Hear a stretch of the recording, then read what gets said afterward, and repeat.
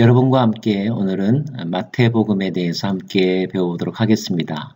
마태복음을 통독하려고 하시는 분들, 또 공부하려고 하시는 분들에게 이 개론의 설명이 도움이 되기를 바라는 마음으로 여러분에게 소개해 드립니다. 자, 먼저 마태복음 하면 마태가 전하는 복음이라고 하는 뜻이겠죠. 마태복음의 기록자는 그 이름에 나와 있는 대로 마태라고 하는 사람입니다. 마태는 예수님의 12 사도 가운데 한 명으로 인정받고 있습니다. 마태는 헬라식 이름이고 그의 히브리식 이름은 레위라고 하는 이름을 가지고 있죠. 그는 알페오라고 하는 사람의 아들입니다. 그의 직업은 세리였다고 성경은 기록하고 있습니다. 세관원이라고 말할 수 있죠. 그리고 많은 학자들은 이 세리라고 하는 직업에서 그가 그 당시에 사회로부터 특별히 유대인들로부터 어떠한 대우를 받았는지 어떠한 이미지의 사람이었는지를 우리는 말씀을 통하여 잘 알 수 있습니다. 특별히 저는 예수님과 마태가 만난 그 장면을 통하여서 마태가 예수님을 또 어떻게 생각했을지에 대해서 이렇게 발견하게 되는데요. 특별히 마태복음 9장에는 이렇게 기록되어 있습니다. 예수께서 배에 오르사 건너가 본 동네에 이르시니.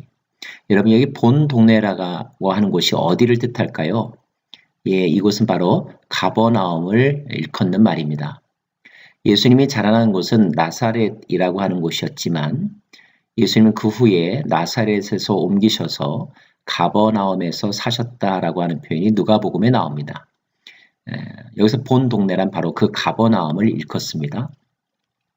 자, 예수께서 그곳을 떠나 지나가시다가 마테라 하는 사람이 세관에 앉은 것을 보시고 이르시되 나를 따르라 하시니 일어나 따르니라. 예수님이 어떠한 모습이 마태로 하여금 즉각적으로 모든 것을 버리고 예수님을 따르게 만들었을까요? 그 자세한 내용은 나와 있지 않죠? 자, 그런데 그 다음 말씀을 보면 예수께서 마태의 집에서 앉아 음식 잡수실 때에 자기를 따랐던 마태의 집에 들어가 마태와 또 그의 동료들 또 다른 사람들이 함께 식사하는 장면이 나옵니다. 근데 그 장면을 두고 바리새인들이 제자들에게 이렇게 수군거리며 묻죠.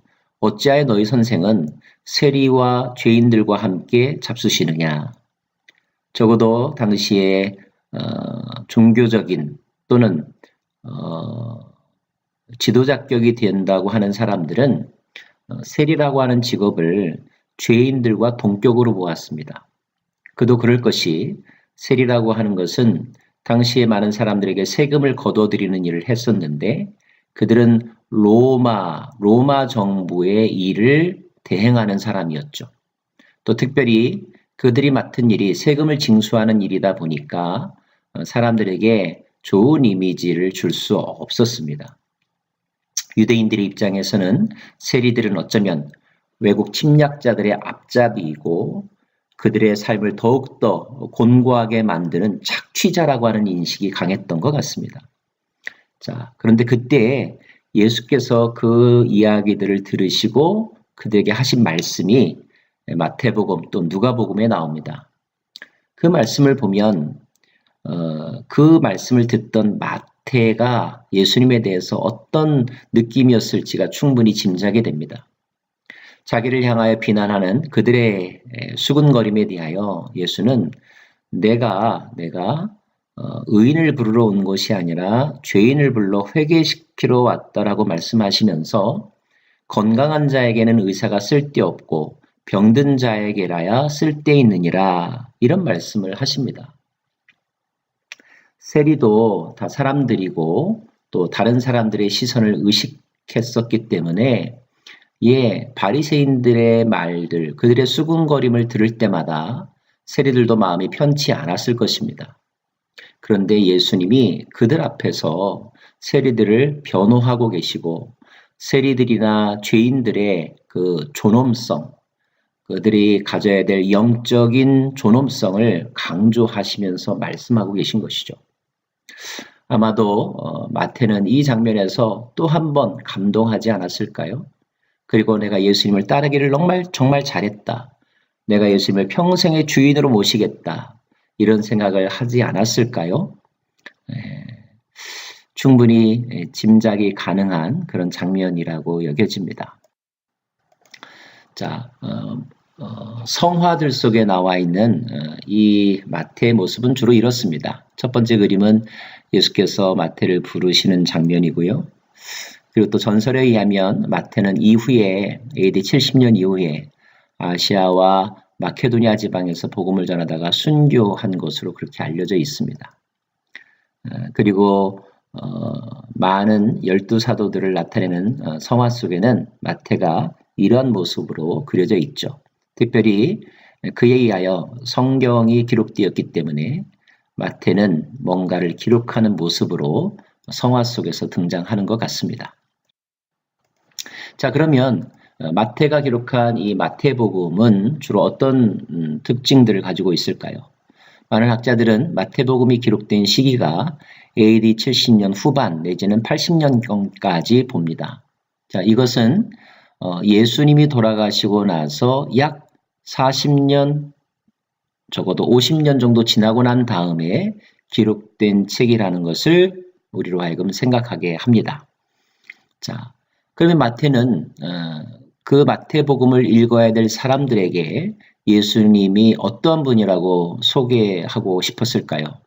예, 마태는 예수님이 율법과 선지자들, 즉 구약이 예언하고 있는 바로 그 메시아임을 증명하고 싶었습니다. 그래서 그 왕 되신 메시아이신 예수님의 가르침을 함께 나누는 것. 특별히 누구에게요? 예, 유대인들에게였습니다. 마태 자신이 유대인이었을 뿐만 아니라 그는 유대인들에게 예수님이 어떤 분인가를 소개하고 싶었기 때문에 특별히 유대인들이 잘 아는 역사와 스토리를 인용하여서 예수님의 행적을 소개하죠. 특별히 그래서일까요? 마태복음에는 구약의 예언들이 아주 많이 등장합니다. 100회 이상 나온다고 그렇게 학자들은 연구합니다. 그리고 구약의 어떤 말씀을 이루려 하심이라 라고 하는 문구들을 자주 사용하는데 이것은 예수님의 행적이 전혀 동떨어진 갑작스럽게 나타난 것이 아니라 구약에서 이미 예언하고 있는 그 내용을 성취하는 분으로서의 예수님을 우리에게 소개해주고 있다는 거죠. 또한 예수님의 계보를 다윗과 유다와 아브라함에게까지 기록함으로써 예수께서는 바로 다윗의 왕위를 물려받은 적법한 계승자이심을 유대인의 왕임을 그는 증언하고 있습니다. 특별히 마태복음 1장 1절 말씀은 이렇게 선언하고 있죠. 아브라함과 다윗의 자손 예수 그리스도의 계보라. 예수를 그리스도라고 말하면서 그 예수 그리스도는 특별히 유대인들의 조상인 아브라함 그리고 유대인들이 가장 자랑스럽게 여겼던 위대한 왕 다윗의 후손임을 그는 증명하고 있는 것입니다. 자, 그 밖에 마태복음이 가지고 있는 특징에는 또 어떤 것들이 있을까요? 1장 1절에서도 나온 것처럼 다윗의 자손, 다윗의 후손이라고 하는 표현이 자주 등장하고요. 특별히 천국이라고 하는 표현이 많이 나옵니다. 천국은 문자대로 해석하면 하늘나라라고 하는 뜻이겠죠. 이 하늘나라는 단지 공간적인 의미의 어떤 지역을 말하는 것이 아니라 하나님의 나라의 또 다른 표현입니다. 그럼 왜 하나님 나라라고 말하지 아니하고 천국이라고 말했을까요? 유태인들은 하나님이라고 하는 단어조차 사용하기를 매우 조심스러워했습니다. 그래서 하나님을 대신하는 다른 표현, 즉 천국이라고 하는 단어를 사용한 거죠. 똑같은 내용에 대하여 누가복음에는 분명하게 하나님 나라라고 표현하고 있다는 사실을 여러분 기억하시길 바랍니다. 즉 다시 정리하면 천국이라고 하는 단어는 하나님 나라라고 하는 단어의 다른 표현이다. 유대적인 표현이다. 이렇게 이해하시면 좋겠습니다. 그리고 마태복음에는 다른 복음서에서는 사용되지 않는 매우 중요한 키워드가 등장하는데 그것이 바로 교회라고 하는 단어입니다. 특별히 예수님께서 베드로와의 대화 가운데서 하신 말씀으로 나오죠. 내가 이 반석 위에 내 교회를 세우리라. 에클레시아라고 하는 단어인데 마태복음에만 유일하게 등장하는 표현입니다. 그리고 이 말씀은 바로 교회에 대한 비전 스테이트먼트, 교회가 무엇인지를 가르쳐주는 예수님의 핵심 교훈으로 우리들에게 알려져 있지요.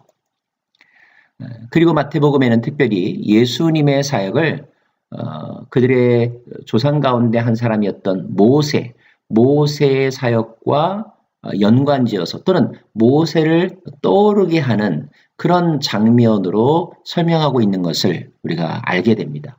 예를 들면 예수님이 태어났을 때 헤롯 왕의 명에 의하여 어린아이들을 다 죽이라고 하는 장면이 나오는데 이것은 마치 모세가 태어났을 때 남자아이를 다 죽이라고 하는 바로의 명령을 생각나게 합니다. 또 예수님이 그때 피하여 피신한 곳이 바로 이집트였죠. 또 모세가 출애굽한 백성들을 이끌어서 이제 시내산에서 머물면서 1년 가까이 머물면서 하나님의 말씀을 받고 그 말씀을 선포하는 장면이 출애굽기 19장에서 20장에 나오는데 특별히 마태복음에는 예수님께서 그를 따르는 많은 사람들을 갈릴리 바다 근처 베세다 들녘에서 모아놓고 그들에게 말씀하시는 장면이 나옵니다. 특별히 마태복음 5장, 6장, 7장을 우리는 산상수훈이라고 하는데 이것은 모세의 십계명, 모세의 율법과 대비되는 하나님 나라 백성의 삶, 하나님 나라 백성이 지켜야 될 삶의 윤리들을 가르쳐 준 것이라고 그렇게 설명하죠. 자, 설명하는 방식도 이러하거니와 특별히 또 마태복음에는 모세의 율법에는 이러이러하였으나 나는 너희에게 말하노니 이러이러하게 살아라 라고 가르쳐 주심으로써 특별히 예수님은 유대인들이 그렇게 영웅시하고 선지자로 여기며 또 그들의 정신세계와 또 그들의 종교세계에 큰 비중을 차지했던 모세보다 더 큰 분이심을 유대인들에게 강조하고 있는 것입니다. 예수님은 다윗의 후손이자 다윗보다 크신 분, 모세보다 크신 분, 그러한 분으로서 구약이 오래전부터 예언하고 있는 약속하였던 메시아, 또 그 날의 왕으로 이 땅에 오신 분, 그 약속의 성취자로 오신 분임을 마태는 강조하고 있습니다. 누구에게요? 유대인들에게요. 왜요? 그래야만 유대인들이 예수님을 바로 이해할 수 있기 때문에 쉽게 이해할 수 있기 때문에 예수님의 그러한 면들을 강조하시를 여러분 기억하시길 바랍니다. 마태복음의 주된 내용에는 1장부터 4장까지는 그리스도의 계보와 또 공생의 시작까지의 준비 과정, 세례 받으심 또는 시험 받으신 장면들이 나와 있고요. 5장, 6장, 7장은 여러분이 잘 아는 것처럼 산상수훈, 하나님 나라 백성의 삶을 소개하고 있습니다. 그리고 특별히 13장에서는 하나님 나라를 설명하고 있는데 하나님 나라가 과연 어떤 곳이냐 그것을 설명함에 있어서 8가지의 비유를 말씀하시면서 하나님 나라의 그림을 그를 따르는 많은 사람들 또 제자들에게 가르쳐주고 있음을 우리가 알 수 있습니다. 그리고 16장에 보면 특별히 베드로와의 대화 가운데서 교회가 무엇인지 교회에 대한 비전이 무엇인지를 설명해 주고 있고요. 그리고 특별히 24장, 25장에는 예루살렘을 보시면서 슬피 우시는 예수님의 모습, 특별히 예루살렘의 멸망과 더불어서 마지막 때에 임할 이 세상의 풍조에 대하여 설명해 주시고 그 가운데서 믿음의 사람들이 어떻게 살아야 되는지를 가르쳐주는 마태복음에 나와 있는 계시록이라고 볼 수가 있습니다. 그리고 예수님의 순환당하심, 그리고 죽임당하심, 그리고 부활과 그 대위임 명령, 땅끝까지 복음을 전하라고 하는 명령의 말씀이 28장에 기록되어 있는데 이 대략적인 내용 구분을 여러분이 염두에 두시면서 이제 한 장 한 장 읽어가시면 좋겠습니다. 하나님은 각 시대의 사람들에게 그들이 이해할 수 있는 가장 적합한 언어로 예수님이 어떤 분이신지, 하나님은 어떤 분이신지를 설명해 주고 있는데 유대인들에게 설명한 예수님의 모습이 어떠한지를 우리 마태복음을 통하여 배워가면서 그 예수님이 오늘 나의 삶에는 어떠한 의미가 있는지 새롭게 깨달아가는 의미 있는 성경 나눔의 시간이 되기를, 성경 읽기의 시간이 되기를 여러분에게 부탁드리고 또 그렇게 되기를 간절히 축원합니다. 여러분, 마태복음 읽기에 승리하십시오.